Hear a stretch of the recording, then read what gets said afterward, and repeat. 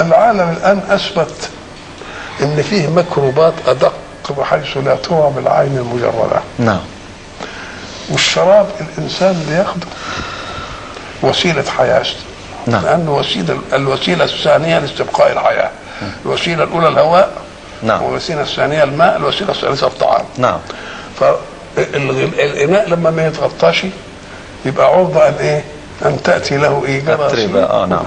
وبعدين الإنسان يشرب وبيشرب عن ظمأ، وما دام شرب عن ظمأ يوم يتغلغل في أجزاء الجسم كلها. يوم الإنسان يشرب الميكروبات وهو لا يشعر. نعم.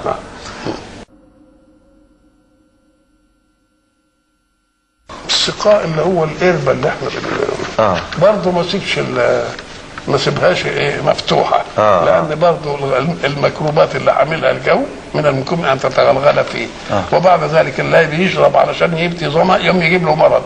نعم. فجاء شر مما ذهب.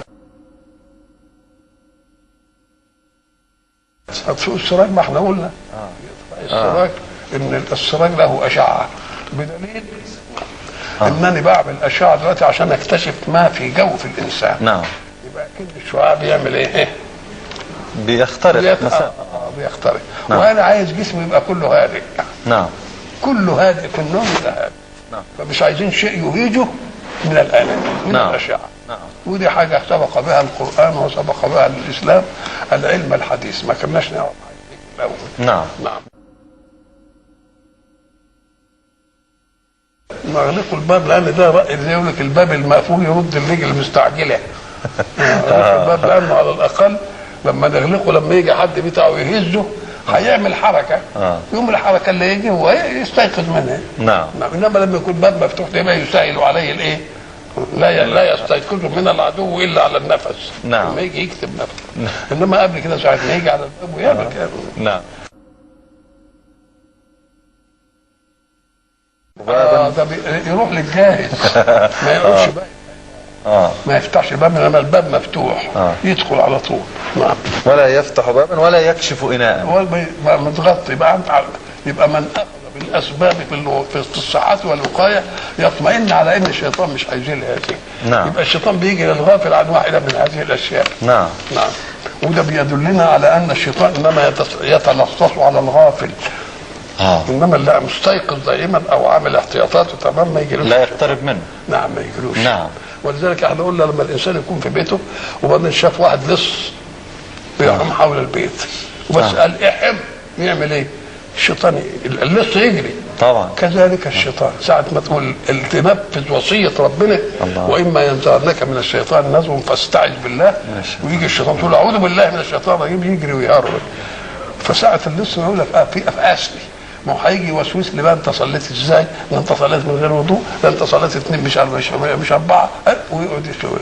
فما دام يبقى ياخدني من حضره ربي. فاذا انت استعذت بالله يقول لك ده واعي. عرفني فاسني. ولذلك قال الكلام ده يقوم يأسني. نعم. يجي بس عود كده ويقول بسم الله. يبقى مش حصن الوعاء بالغطاء، حصنه باسم الساتر المغطي الاعلى.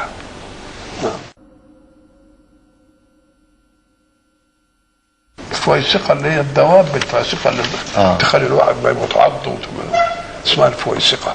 يعني كائن مثلا ده ولا ممكن كائن حشرات يعني مثلا زي الفأرة او كده مثلا. حشرات.